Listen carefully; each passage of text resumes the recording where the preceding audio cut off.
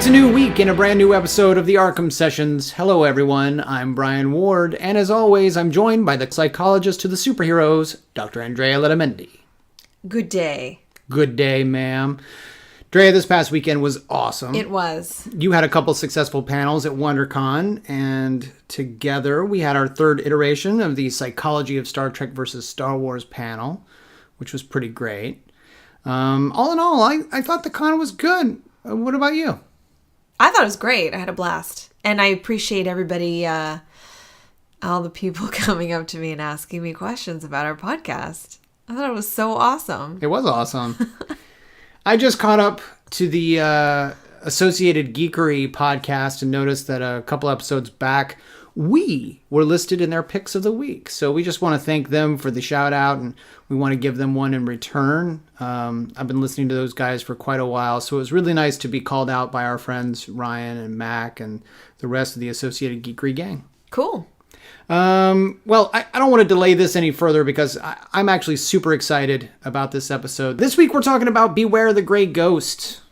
And this one's pretty special. From the opening scene, you actually realize this one's special. We start out in black and white, which, as we know about the Batman, the animated series universe, means we're watching television. The Grey Ghost. A television equivalent to a classic hero like The Shadow or The Lone Ranger. Or Zorro.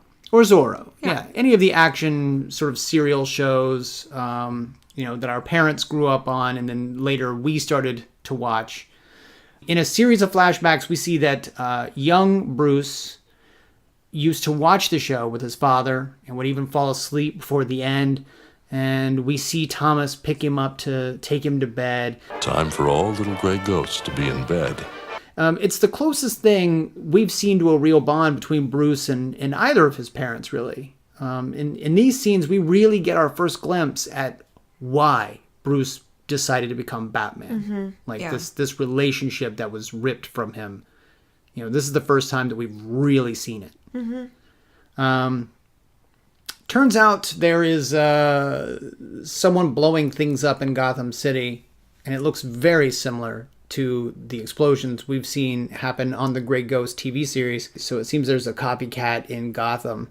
As we see explosions popping up around the city, preceded by a weird whirring sound. Mm-hmm. Commissioner Gordon gives Batman a note. Pay up or pay the consequences. $1 million in cash or the Gotham Bank is next. Signed, the Mad Bomber.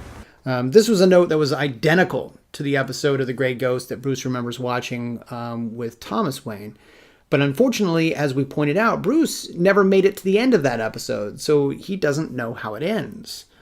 So Bruce decides to visit a fat, freckled, or acne-riddled ginger video collector or store owner with a filthy countertop. Well, he can't find the episode. It's not like now where you can look it up on YouTube or, order the Blu-ray or DVD. You probably know this more than I do. It is still difficult to find some older shows. Absolutely. But he has to go to some guy who has just this library of originals and reels and copies on VHS of old shows. Yeah. And the guy, that he goes to, you could tell that this guy is just a total geek of television series. And that's what they really wanted to show. Now, they made him a ginger. Yeah. But, he's got 2 straws in his soda. He's like a soda-addicted geek who apparently says very proudly, I got it all. Anything you want. Name it. Except the Grey Ghost. Nobody has it. The studio that made that show, Spectra, it burned to the ground 20 years ago. The negatives went up like kindling. Real shame. Look, I don't want to say that the guy's a liar, but this is actually where my day job comes in handy. Your day job as a psychologist. This show is where your day job comes in handy. This moment right here is why it's handy to have me as your co-host. Look, in 2008, Universal Studios actually had a fire. Oh boy, here we go. That actually destroyed thousands of video masters. of their television series and films. And I was producing the TV show, the classic TV series Leave It to Beaver for DVD at the time, which you can buy from Shout Factory as a complete series.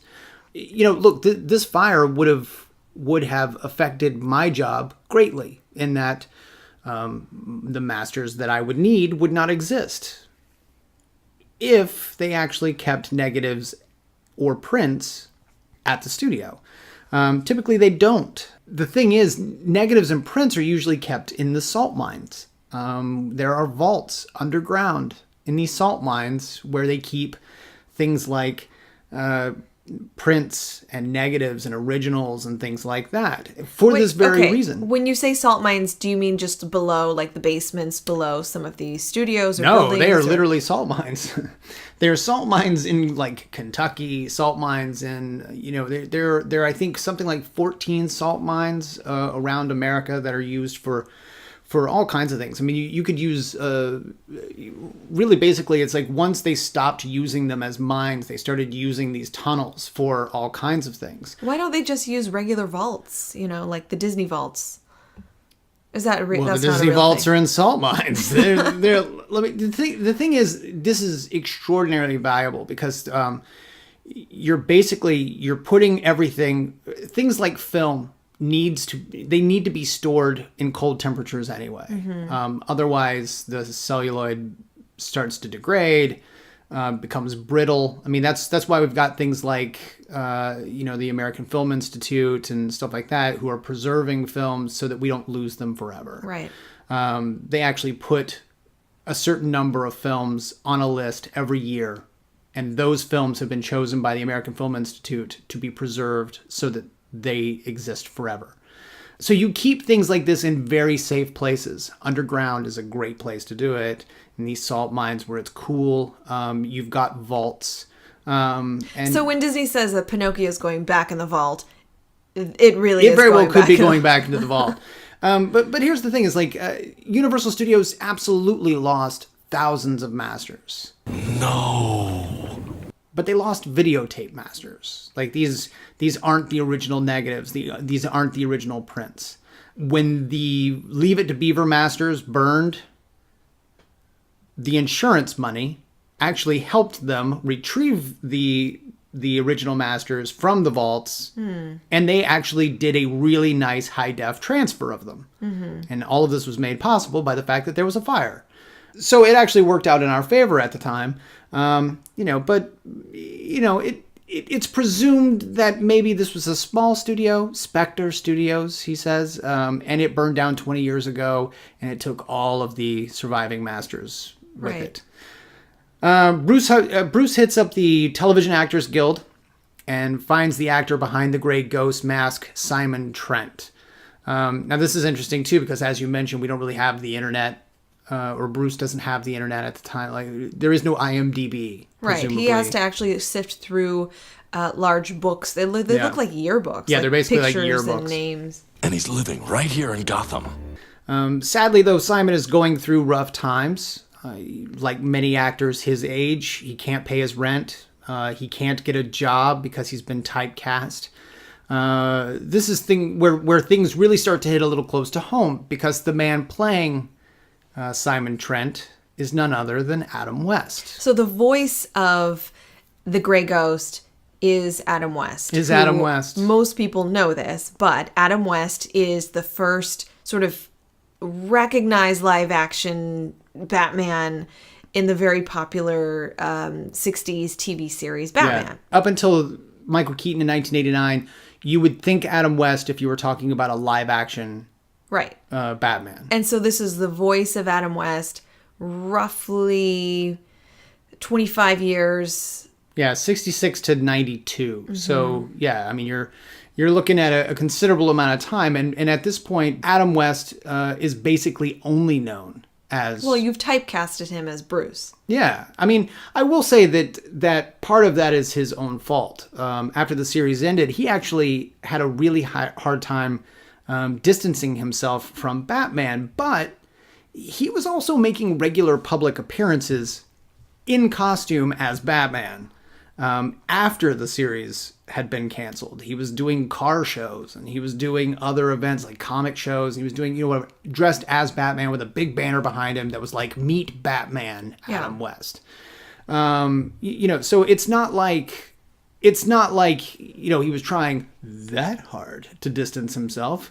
And honestly, reportedly, Cubby Broccoli, the producer of James Bond, even offered the role of James Bond to Adam West in 1970, and Adam West turned it down. Wow. So, I'm sorry, I have zero sympathy for Adam West, because if it's true that Cubby Broccoli offered him another iconic role, no sympathy. Like, you don't have to have been typecast as Batman. You could have been typecast as James Bond or any other. It's not too bad when you've got two characters that you are best known for. Well, maybe he was suspicious of a guy named Cubby Broccoli. Cubby? Well, but up to that point, Cubby had done quite well with the James Bond franchise. So one might say, like you said, that Adam West was attached to being Batman. And when I say that, I mean he's recognized and celebrated as Batman. When he's in the suit, he gets the accolades, the attention, the praise. Not that people think he's a superhero, right? But he certainly experiences that, that admiration. And it's also, being an actor, there is that stardom aspect. And it was at its best when he was Batman. Unfortunately, he was not really seen as anything other than Batman. That's not a terrible character to be associated with for the rest of your life. Right. Anyway, in a last-ditch effort to make money, we see Simon Trent selling off his memorabilia at Yester Toys. You sure you want to get rid of this? Positive. But that night, he falls asleep and wakes to find his collection is back, along with a note to meet a friend at the Gotham Art School at midnight. He does just that, carrying a box with his old costume under his arm, and finds Batman waiting for him. Batman says that he needs the Great Ghost. When we look at some of the scenes with Simon Trent, the actor who plays the Great Ghost, you can see that he's disappointed in himself. You can see that he's feeling depressed and sort of hopeless and unsure about, he's a bit lost. And it's very sad to see, because he's older in his years. He clearly has accomplished a lot. You can see that in this fictional world, he meant a lot to some people. Right. And he meant a lot to Bruce Wayne. But he doesn't know it. Like he doesn't quite know it because he doesn't experience it anymore. Right. The kid in the toy shop tells him, these toys aren't really selling anymore. I've put them on sale and people aren't really buying this stuff.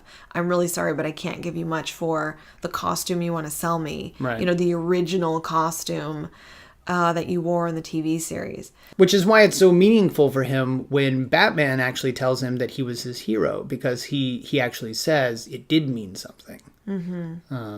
Which is a great moment. Yeah, there's a moment there where he goes to Simon Trent and asks for his help, because he, like you said, he doesn't remember what happens in that episode. He's pretty sure that this person who's planting bombs in different parts of the city is emulating this mad bomber from the original Great Ghost episode. Right. And Batman is pretty sure that Simon can help him. But we see this interesting exchange where Simon refuses to help. Again, to me, that's coming from a place of already feeling quite disappointed, down on himself, feeling like he doesn't really, have any effectiveness anymore as a person, and doesn't believe in himself, essentially. So he turns him down.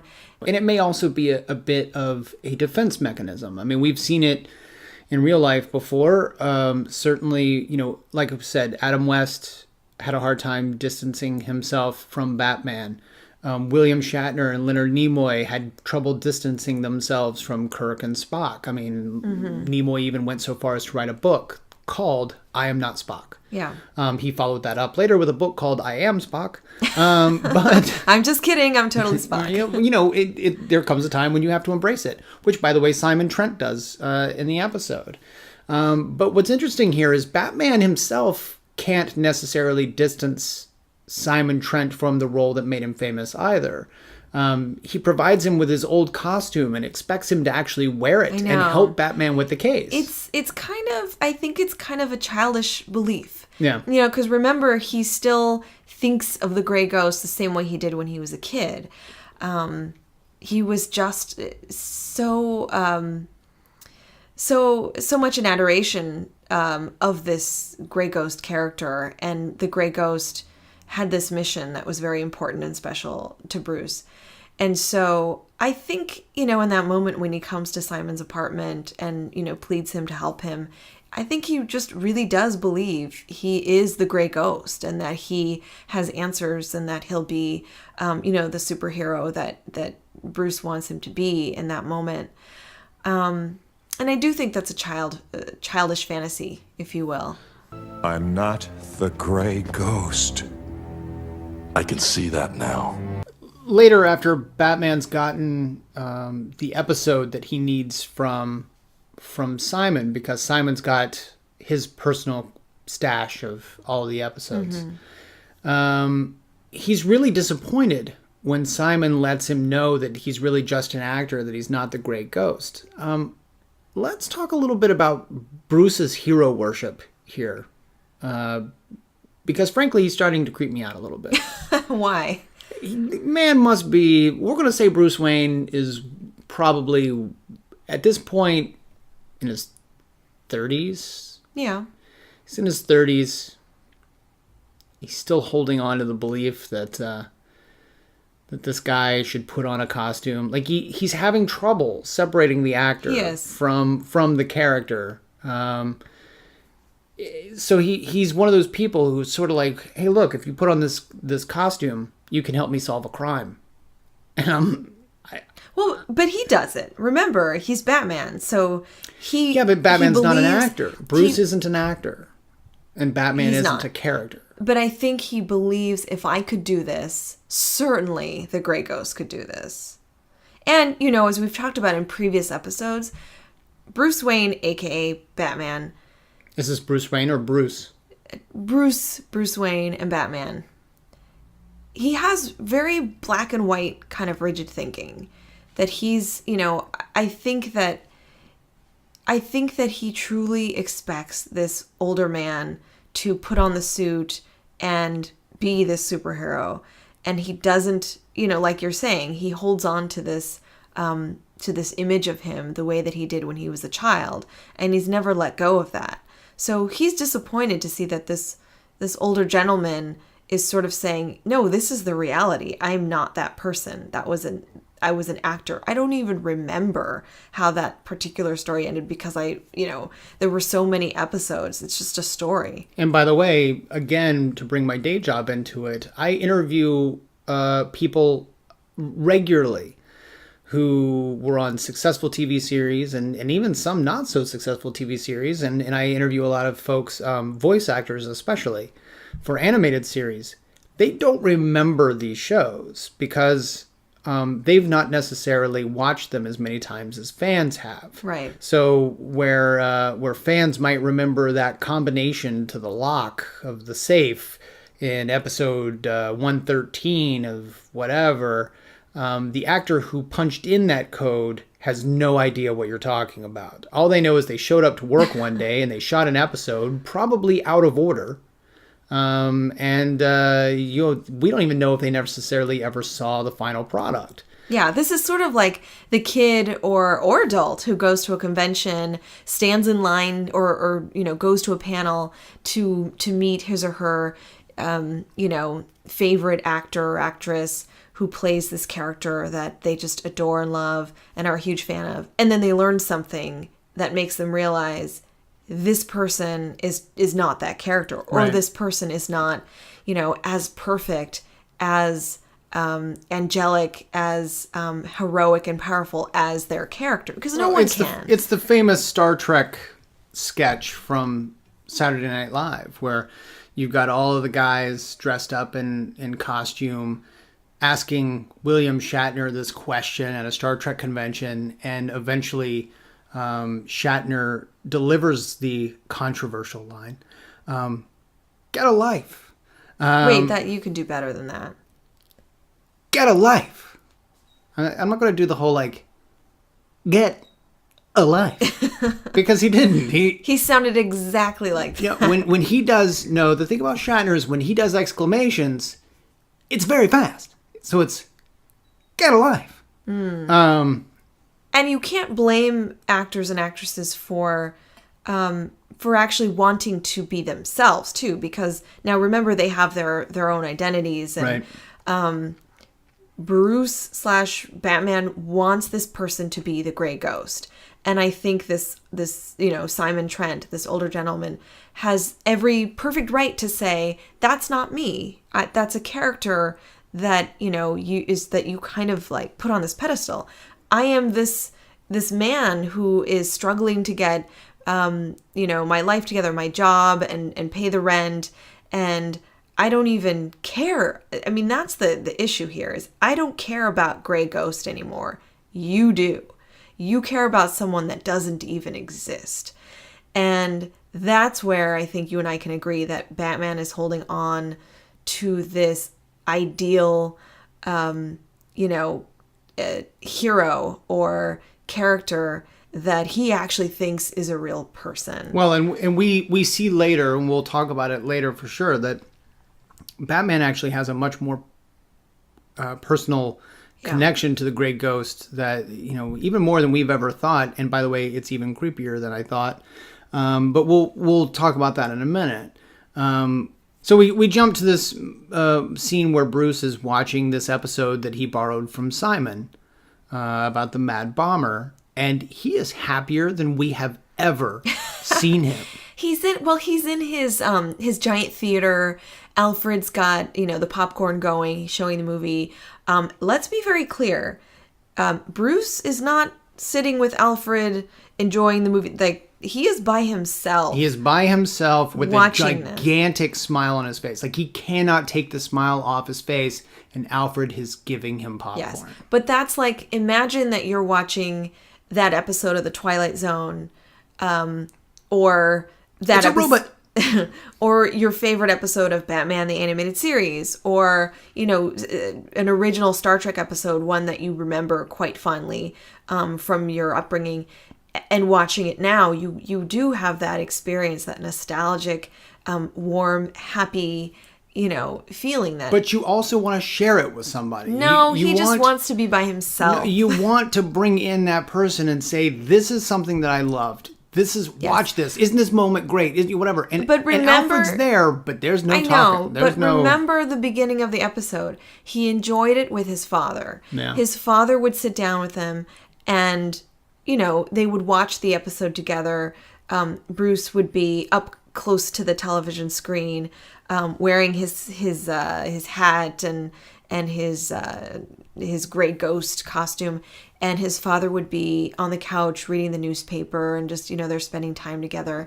And so it's not about Alfred. It's not about reenacting that father-son experience. It's about watching something that was very special to Bruce, and I think it's okay that he's doing that by himself, because his father is no longer with him. His father's no longer alive, but this is a way that he can kind of connect with the memory. If you enjoyed ice cream with your father and your father passed away, you could still enjoy ice cream with someone else. I mean, there's still a bit of this desire to. It goes back to my whole thing about Batman just having zero interest in connecting to people. But I would argue that ice cream doesn't give you... ice cream is not a role model. The Grey Ghost was a male, older, even kind of parental role model who instilled Batman's, Bruce Wayne's morality, his vision about what's right and wrong, his notion that people should be protected. And so that's the importance here. Yeah. That's something that he can only get from the Grey Ghost. And in this episode that he's watching, he realizes that the Mad Bomber is using remote-controlled cars. You've got to be kidding me. Our episode then basically ends with Batman joining forces with the Grey Ghost, who's decided to come back. Well, see, that's really important because suddenly He's now sharing the delusion. yes, Simon shows up in the original Grey Ghost costume, ready to, to take on the bad guys, and he's not qualified in this at all, but apparently he is in Batman's world. Now, but this is where Batman goes nuts. Like, Batman just, like, geeks out. For start, he puts him in the passenger seat of the Batmobile. That's fine. But we've seen him like knock out other people. Like other characters have been, there was the whole hypnotic trance that he put. You were saying the Batmobile. When he put Frog under the hypnotic trance so that Frog didn't know where the Batcave was. Right. None of that happens. Like Simon Trent now knows where the Batcave is. He took him directly to the Batcave. He took him to the Batcave. And then went onto the Bat computer. Hold on, but en route to the Batcave, they were escaping these remote-controlled cars filled with explosives. They throw out an oil slick behind the Batmobile. And behind the Batmobile, these little cars are careening off, hitting public property and private property. I mean, like, they are blowing up buildings and cars. Yeah. Like, there's like 6 of them just blowing up.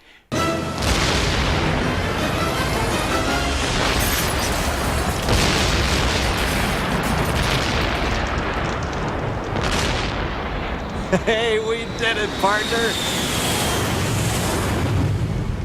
Batman doesn't care.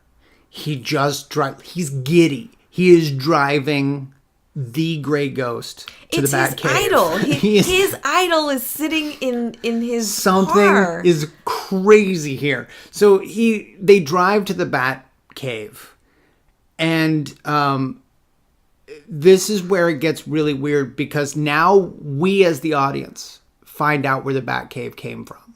This place is amazing. It's just like The Grey Ghost's lair. it's almost an exact replica. Then Batman shows off his personal collection of Grey Ghost memorabilia inside the Batcave. So Batman has now turned into one of those people you see in Trekkies. Explain that. He is no different than anyone who's created the Bridge of the Enterprise in their garage. Yeah. He is now created, and by the way, I'm not saying that there's anything wrong with that. It's something that I personally want to do. But he has created the Grey Ghost. You can't call this the Batcave anymore because it's not the Batcave. It's actually the Grey Ghost's lair reconstructed under Wayne Manor. And in that secret lair, there is a side secret room of like high-end Grey Ghost memorabilia. Yeah. In like behind glass and yes. The equivalent, this would be if Ralph Garman, who, if people don't know who Ralph is, he is an entertainment reporter on the syndicated on K-Rock radio station. Huge Batman fan. And now writer for Batman 66. Has an amazing Batman 66 specific collection of memorabilia, merchandise, screen-worn stuff, props. In a secret room in his house. In a secret room in his house. So that's essentially, if Ralph Garman then built the Batcave under his house and then put this secret room in that Batcave, that is what Batman did when he created the Batcave. Well, in fairness, Ralph is a huge fan of Adam West, and he's talked about how he's met Adam, and they're now friends. Right. They're now great friends, actually. Yeah, so, and now Batman has met Simon Trent, and they are great friends. It's creepy. It is really creepy. I don't think it's creepy. I think it's relatable. I think this is a way for us to see we're just like him. Anyone who's listening to this podcast probably has something that they're a fan of. So I don't think it's outlandish to suggest that this is a way that we actually can relate to Batman and see that he's a human being. He has role models. He has fictional characters that he idolizes and will, collect memorabilia around. I mean, I kind of think this was a neat story, the way that this was told, because my understanding is that this is unique to Batman the Animated Series. There's no other explanation of the Batcave like this. Right. Outside of, Sure. So, I think this was probably Bruce Timm and those folks. I think this episode was a sort of a tribute to Adam West. More than anything else, it was a tribute to Adam West. And I think it was also a tribute to Batman fans. Because, again, I feel like you can somehow relate to that love of something so much that you want to, collect and surround yourself with things that remind you of that. And again, I can't stress this enough. This was a love that came from the relationship that Bruce had with his father. Right. So, yes, while the Batcave and the back room with this memorabilia that celebrates this character, the Grey Ghost, it also celebrates his father. Right. Well, I'm just going to leave this with the little scenario. One day, Batman invites some rando into the Batcave. Mm-hmm. Brings him in. Says, hey, take a look at my Batcave. And then that guy goes, oh my God, this is totally the recreation of the Grey Ghost lair from episode 66 of the Grey Ghost. The allure of Batman is now a little. Batman's actually just a fanboy. Batman is a little askew now. Like, Batman is now Phoenix Jones. It's at the Batcave that these guys realize that the person behind the bombings is actually the kid from Yester Toys, who was buying Simon's stuff. This kid, Ted Dreyer, by the way, was voiced by Bruce Timm. So what's the deal here, Drea? What is the message? The kid's obsessed with toys, like obsessed with toys, and to the point of violence. Like he realizes, he explains that he's a collector of toys and that he loves toys and talks about what toys do for him, what toys can do. I love toys. They can play songs. They can dance. They can even eat money. Oh boy, can they eat money. All my money. And then I remembered an episode of The Grey Ghost. And I knew what else a toy can do. It can carry a bomb. It can hold a city for ransom. Oh, the power of the toy. And he's even using a plot line from a TV series he's too young to remember in The Grey Ghost. I mean, like, there hasn't even been a master of this episode for 20 years, apparently. So what is happening, Drea? Well, and strangely, when we discover who it is, he has a little Batman toy and he's beating it until its head pops off. Yeah, there's a Batman toy. Like, of course there's a Batman toy. This is meta now. That's like crazy. But somehow I have a feeling Batman didn't sign off on those merch rights. I don't know. This is interesting because he, this kid who is so obsessed with collecting toys, and sort of interestingly using the toys to then get more money to buy more toys. I guess it's sort of interesting. It's weird, but I find it. It's not a good message for collectors. No, and I think that when I first saw that, I thought, oh, this is sort of a message against consumerism and collections, and then I thought, but this is in juxtaposition to Batman's collection that we just talked about, right? Which he keeps hidden away underground in a secret room, preserved very nicely. So really, that's what he's saying. They're saying, look, keep the collections hidden. Just keep them in the show nobody. Keep them in a secret room.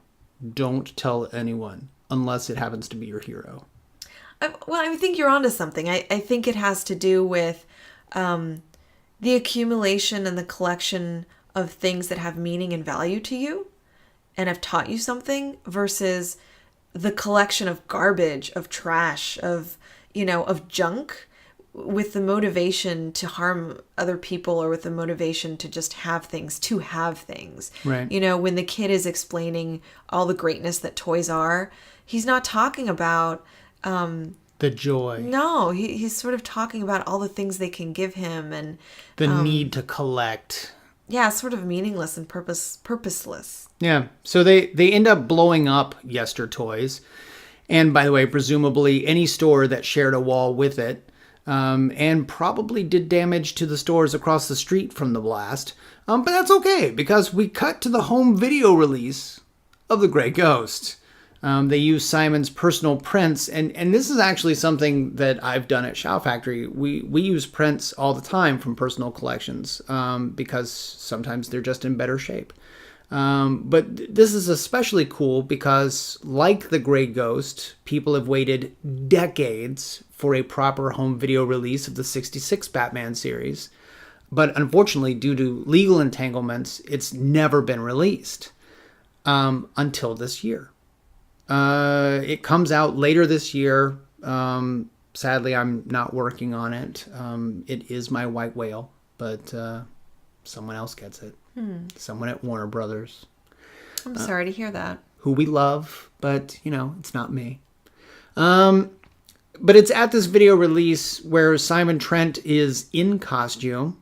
One might ask why. Well, because he's the Grey Ghost. He is the Grey Ghost. And apparently now he is legitimately the Grey Ghost. Because he has helped Batman solve this crime. But also, like I said before, Adam West used to do public appearances as Batman. And even today, Ernie Hudson still does conventions dressed in his Ghostbusters jumpsuit. So, I don't know. And some I've seen some Power Rangers show up in their costumes to do signings. Yeah, well, they've got the helmets. They've usually got like the helmets, or they're wearing the colors or whatever. I don't know if I've ever seen them like wearing the spandex, but I have. Well, okay. I've been to Power Morphicon. And you have seen them. Here's what's weird though. And this is again where Bruce's fanboy or fan, I don't want to say fanboy, but like geeking out gets him in trouble. Mm-hmm. Bruce announces that he is Batman to Simon Trent. He does not. Wait. What is wrong with him, Drea? Bruce waits in line like everyone else.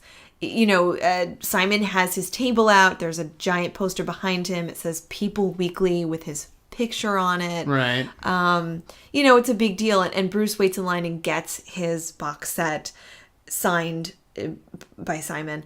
And then tells him the exact word-for-word explanation of why he is a fan of The Grey Ghost. As a kid, I used to watch it with my father. The Grey Ghost was my hero. Really? And he still is. And there's kind of a twinkle in Simon's eye as if he's acknowledging, now Simon I know you're gets Batman. It. Oh, Simon totally knows he's Batman. Bruce is announcing that he's like now Simon, this actor who's potentially crazy and totally needs the money, by the way. He still needs money. He could go and sell this to People Weekly. I know who Batman is. He wouldn't do that. Oh, he totally knows who Batman is. This is just weird. And all of this stems from Bruce's weird fanaticism. Like, I'm a fan. I am a fan of a lot of stuff. I go to a lot of conventions. I love, geeking out over things. But if I'm Batman, I'm not telling Simon Trent that I'm Batman. He didn't tell him directly. Now remember, he can always deny, and he can always he's quite good at the secret identity business. But I think I would disagree with you. I think it's important for him to tell him. It's important for him to reach out and say, "You have shaped me. You have changed my life, and I am coming to you saying, I am Bruce Wayne and building I am the Batman." Building the Batcave and showing him your personal collection isn't telling him enough. Well, and also getting that validation from him, because remember, we've talked before about Batman and Bruce Wayne, kind of being this two sides of this really fragile identity, that he doesn't have a solid sense of self. So to have his hero know, I am Batman, I am also Bruce Wayne. Right. And to have that hero, that idol, acknowledge who you are, I think that he needed to have that. And I think that he trusts him. And there must be something behind his philosophy of announcing or telling him that he's Batman, in the sense that if he truly believes in this hero, he will trust him with that knowledge. He'll know that this person will keep his secret. And as I said, he'll recognize who he really is, which is what Bruce really needs. Okay.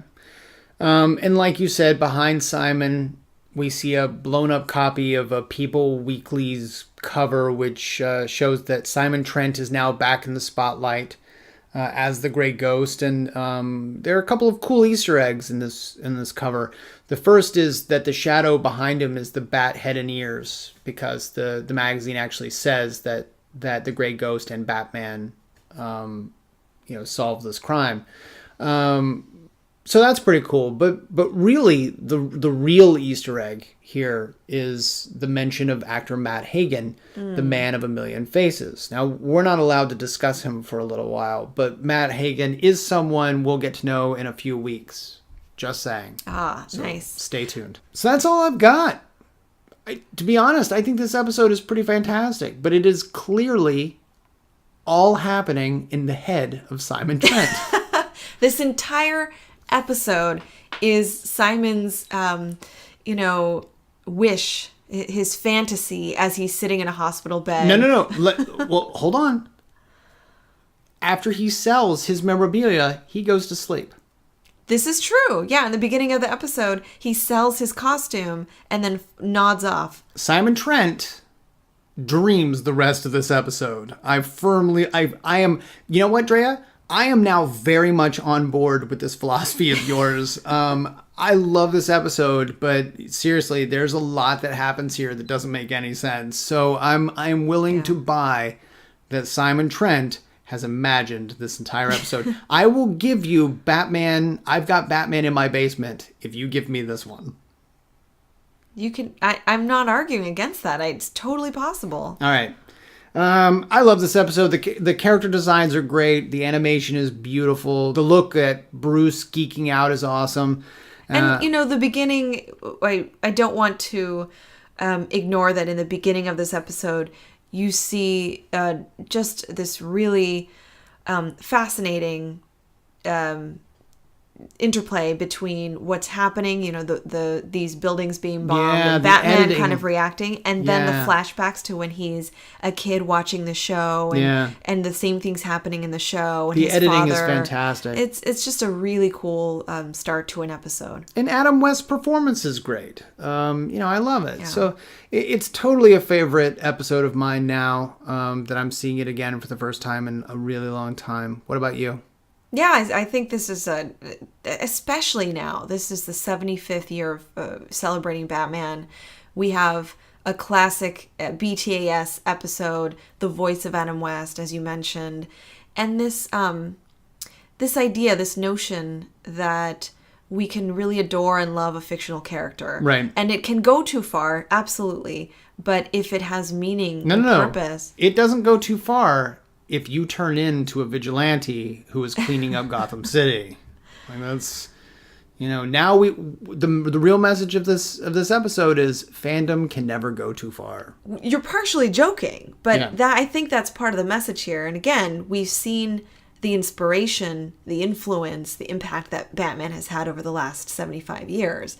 And so I don't know. I do think it's a tribute to the fans. And again, the idea that a fictional character can change your life. And, I've shared my experiences with being a fan of Batman and how this actual show, the animated series, has impacted my career choices. And so I absolutely think that it's celebrating that, that positive aspect of being a fan of Batman. Absolutely. Okay, that's it for this week. Next week, we're diving into Prophecy of Doom, so come back for that.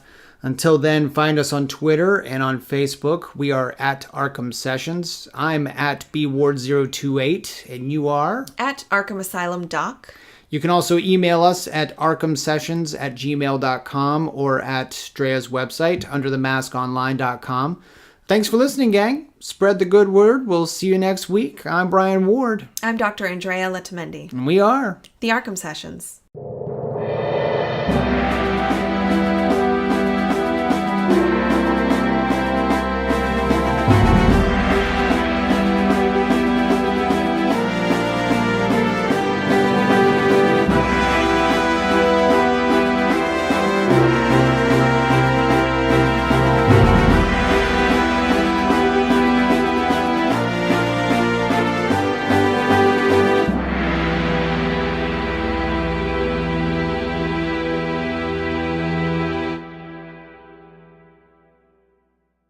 Everybody, all the people coming up to me and asking me questions about our podcast.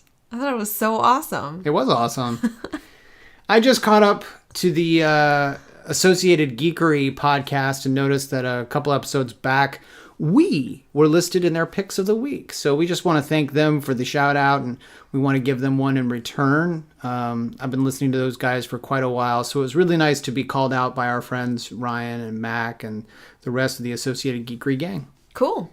Well, I don't want to delay this any further because I'm actually super excited about this episode. This week we're talking about Beware the Grey Ghost. And this one's pretty special. From the opening scene, you actually realize this one's special. We start out in black and white, which, as we know about the Batman, the animated series universe, means we're watching television. The Grey Ghost. A television equivalent to a classic hero like The Shadow or The Lone Ranger. Or Zorro.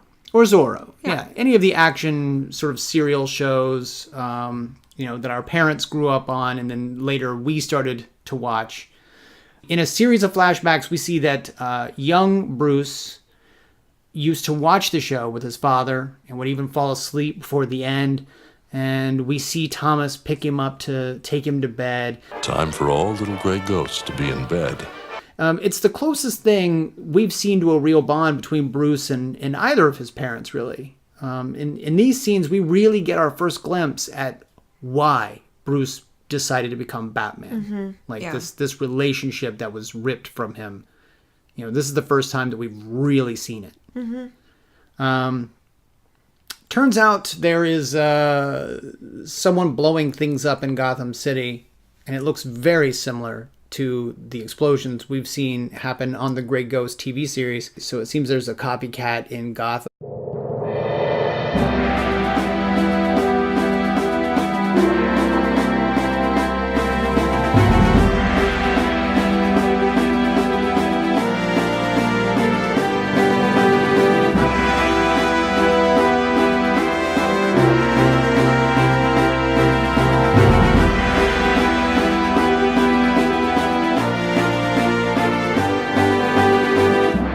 It's a new week and a brand new episode of the ARKHAM Sessions. Hello, everyone. I'm Brian Ward, and as always, I'm joined by the psychologist to the superheroes, Dr. Andrea Letamendi. Good day. Good day, ma'am. Drea, this past weekend was awesome. It was. You had a couple successful panels at WonderCon, and together we had our third iteration of the Psychology of Star Trek versus Star Wars panel, which was pretty great. All in all, I thought the con was good. What about you? I thought it was great. I had a blast. And I appreciate them. As we see explosions popping up around the city, preceded by a weird whirring sound. Commissioner Gordon gives Batman a note. Pay up or pay the consequences. 1 million in cash or the Gotham Bank is next. Signed, the Mad Bomber. This was a note that was identical to the episode of The Grey Ghost that Bruce remembers watching with Thomas Wayne. But unfortunately, as we pointed out, Bruce never made it to the end of that episode, so he doesn't know how it ends. So Bruce decides to visit a fat, freckled, or acne-riddled ginger video collector or store owner with a filthy countertop. Well, he can't find the episode. it's not like now where you can look it up on YouTube or, order the Blu-ray or DVD. You probably know this more than I do. It is still difficult to find some older shows. Absolutely. But he has to go to some guy who has just this library of originals and reels and copies on VHS of old shows. Yeah. And the guy, that he goes to, you could tell that this guy is just a total geek of television series. And that's what they really wanted to show. Now, they made him a ginger. Yeah. But, and he's got 2 straws in his soda. I mean, he's like the whole a nine soda yards. addicted who apparently says very proudly, I got it all. Anything you want. Name it. Except the Grey Ghost. except the Grey Ghost. Nobody has it. The studio that made that show, Spectra, it burned to the ground 20 years ago. The negatives went up like kindling. Real shame. Look, I don't want to say that the guy's a liar, but this is actually where my day job comes in handy. Your day job is a psychologist.